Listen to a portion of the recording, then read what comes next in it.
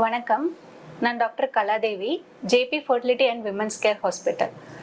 So இன்னைக்கு நம்ம என்ன பார்க்க போகிறோம் அப்படின்னா, கரு உண்டாறதுக்கு என்னமான எளிமையான வழிமுறைகளை பின்பற்றினாலே ஈஸியாக கரு ஆகலாம் அப்படிங்கிறத நம்ம ஷேர் பண்ண போகிறேன் நான்.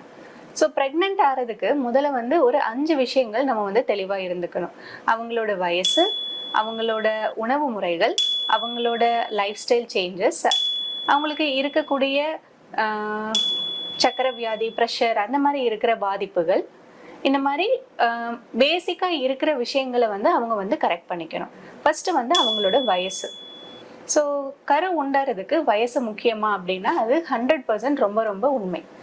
இப்போ கர்ப்பம் அடைகிறதுக்கு குழந்தைய 35 வயதுக்குள்ளேயே அவங்க பிளான் பண்ணிக்கணும். அப்போதான் குழந்தை ஹெல்த்தியாகவும் எந்த ஒரு குறைபாடு இல்லாமலும் பிறக்கிறதுக்கு நிறைய வாய்ப்புகள் இருக்கு. ரெண்டாவது அவங்களோட உணவு முறைகள்.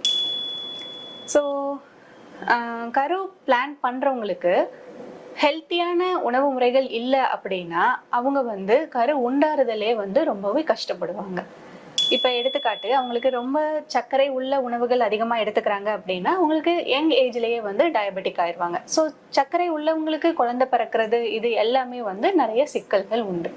ஸோ உணவு முறைகளில் அவங்க ரொம்ப முக்கியத்துவம் கொடுக்கணும். ரெண்டாவது அவங்களோட லைஃப் ஸ்டைல்.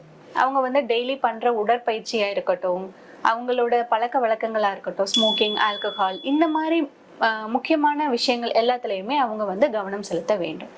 இது எல்லாம் நல்லபடியாக கடைபிடித்தோம்னாவே ப்ரெக்னென்சி ஈஸியாக எளிமையான முறையில் ஆயிடுவாங்க. அடுத்து கரு உண்டாறுதலுக்கு முக்கியமான காரணம் எல்லாரும் நினைச்சிட்டு இருக்காங்க கரு உண்டாறது ஒன்லி பெண்கள் தான் காரணம் அப்படின்னு. அப்படி கிடையாது. 50% பெண்கள் காரணம், 50% ஆண்கள் காரணம். ஸோ யாரெல்லாம் கரு உண்டாறதுக்கு டாக்டரை அணுகணும் அப்படின்னு பார்த்தோம்னா, கல்யாணமாகி 1 வருஷம் ஆகியும் அவங்க கரு உண்டாகாம இருக்காங்க அப்படின்னா கண்டிப்பா அவங்க டாக்டரை அணுகணும். ஸோ எப்படி அவங்களை ஈஸியாக கண்டுபிடிப்போம், அவங்களுக்கு ஏதாவது ப்ராப்ளம் இருக்கா அப்படிங்கிறது பார்த்தீங்கன்னா, பெண்களுக்கு சுலபமாக ஸ்கேன், அவங்களுக்கு ஹார்மோன் டெஸ்ட், இந்த மாதிரி பார்த்தோம்னாவே அவங்களுக்கு என்ன குறைபாடு உள்ளது அப்படிங்கிறத நம்ம ஈஸியாக கண்டுபிடிச்சிடலாம். அதே மாதிரி ஆண்களுக்குமே விந்து பரிசோதனை, அவங்களுக்கு ஹார்மோன் டெஸ்ட் இதெல்லாம் பண்ணணும் அப்படின்னா ஆண்களுக்கு என்ன குறை இருக்கு அப்படிங்கிறத கண்டுபிடிச்சு நம்ம அந்த குறையை நம்ம கரெக்ட் பண்ணணும்னாவே சுலபமாக கர்ப்பம் அடைஞ்சிடலாம்.